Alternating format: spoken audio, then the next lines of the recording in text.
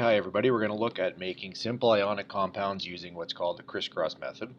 So make sure that we've got our periodic table close by. We're going to be looking at mainly the first 20 or so elements. So let's get started. If I want to write out the formula and name of a compound, remember that we're going to do both. We're going to look at first of all between sodium and chlorine. So I look at my periodic table.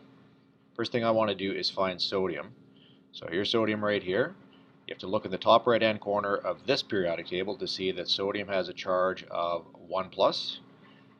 Then I'm going to find chlorine. Chlorine's on the far side of the periodic table and it has a ionic charge of 1 minus. So I go down and here's what I'll write.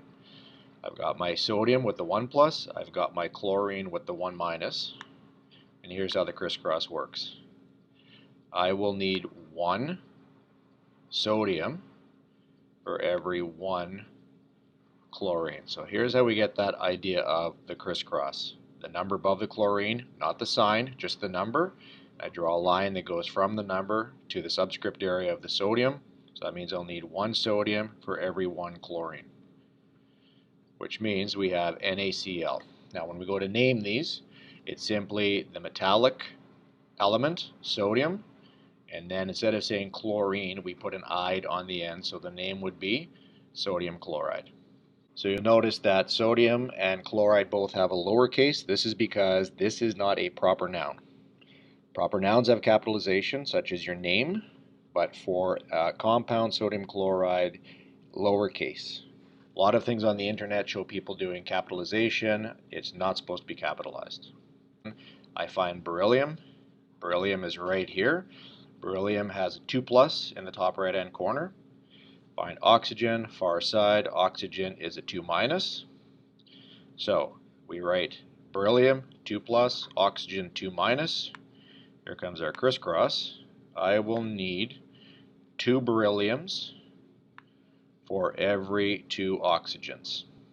If you happen to have a compound where it is the exact same subscript for both, and here we've got 2 berylliums and 2 oxygens, when we go to write it out, you can just simply write BeO, which would be beryllium oxide. It's like math where you reduce your fraction to the lowest terms. So we want to do an ionic compound between aluminum and sulfur. Find aluminum on the periodic table. Here's aluminum, charge of 3 plus. Sulfur is a charge of 2 minus. So here we go. Here's our aluminum with 3 plus. Here's our sulfur with 2 minus. Crisscross. I will need 2 aluminums for every 3 sulfur. Now that's not something that can be reduced. So when we go to write out our final answer,